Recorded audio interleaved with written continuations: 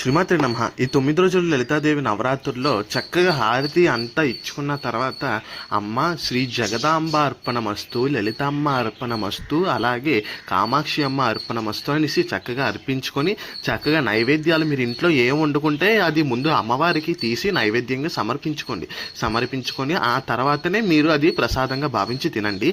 అమ్మవారి ఇంట్లోనే ఉన్నది, అమ్మవారు కూడా నిలువెత్తు మనుషు రూపంలోనే ఇంట్లో ఉన్నది. అమ్మవారికి ఆకలేస్తుంది. సొంత ఇంట్లో పిల్లలకి ఎలా చూస్తామో అలా ముద్దుగా చూస్తే అమ్మవారు మరీ పొంగిపోతారనమాట. దానితో పాటు మెయిన్ జపం ఇంపార్టెంట్. మనం ఎంత బాగా అమ్మవారికి అమ్మవారిని అలా తలుసుకుంటూ ఉంటామో అది ఇంకా మనకు పుణ్య ఫలితాలను అందిస్తాయి అన్నమాట. ఈ 9 రోజుల గడియలు చాలా పవర్ఫుల్. మీరు అందరూ గుర్తుంచుకోండి. చక్కగా అమ్మవారి నామస్మరణ చేసుకుంటూ ఉండండి. మీకు అంతా మంచి జరుగుతుంది అనేసి నేను హామీ. చక్కగా మీరు అందరూ మంచి పుణ్య ఫలితాలు అందుకుంటారని నేను మనస్ఫూర్తిగా భావిస్తున్నాను. అందరూ లలితమ్మ నవరాత్రులు బాగా చేసుకోండి. శ్రీమాత్రి నమః.